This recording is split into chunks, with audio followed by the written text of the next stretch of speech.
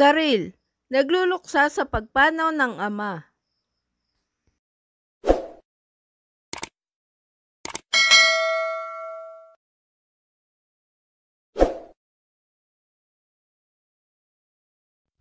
Nagluluksa ang singer at host na si Karil sa pagpanaw ng ama na si Dr. Modesto Tatlonghari.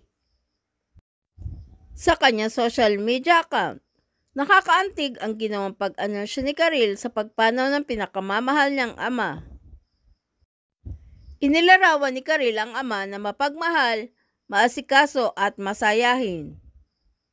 Dagdag pa ni Karil na ang kanyang ama ay mahilig sa mga outdoor activities kagaya ng picnics at road trips. Ayon pa kay Karil, ang kanyang ama ay isang pangarap na ama ng lahat at maswerte umano siya na ito ang kanyang ama. It is with profound sadness that I announce the passing of my dad, Papa M, Doc, Dr. M, Moy, Tito M. He was a beloved man who lived life fully, always a presence in a room, while also making sure everyone felt seen and heard. He, too, was always seen and heard, with his handsome, cute face, youthful forma, and booming voice. He was a great guy, always brightening up people's days. A Baguio boy and Laguna lad at heart, and top-notcher at the dental board. He loved basketball and his no-look shot. He loved picnics and always had a neon pink frisbee and a basketball in the trunk of a liftback. It always needed to be a liftback so you could instantly turn any road trip into a cute picnic of some sort. His philosophy in life was that if your white rubber shoes or sneakers weren't dirty enough, it meant you didn't play or have enough fun. Fun, he always in for the fun. High attendance and truly present in school events. Tito M was everyone's dream dad. I was always lucky cause he was my dad. He will be missed. If you were one of his favorites, I'm sure you have enough memories and cuentos about him to make you feel like he's not too far away. There's likely also a photo of you that he took. Don't worry if you haven't received yours.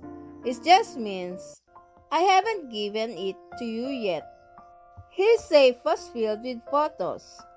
He treasured the people he loved the most, and you've been kept safe in his heart of hearts.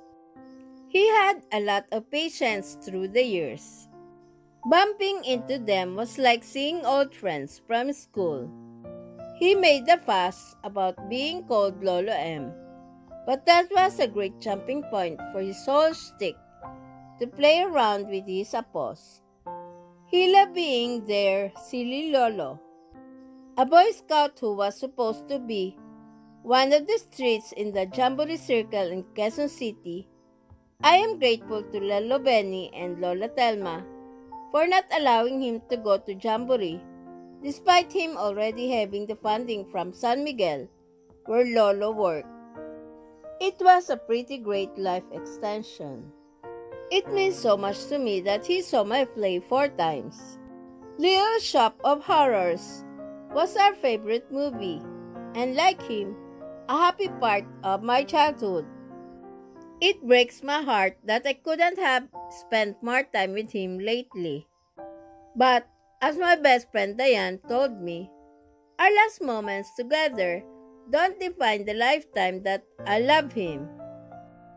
I will always love him and miss him. Thank you, Lord, for Papa M. Si Karil ay nag-iisang anak ni na Dr. Modesto at Shasha Padilla. Please subscribe and hit the notification bell para ma-update kayo sa sunod na showbiz news.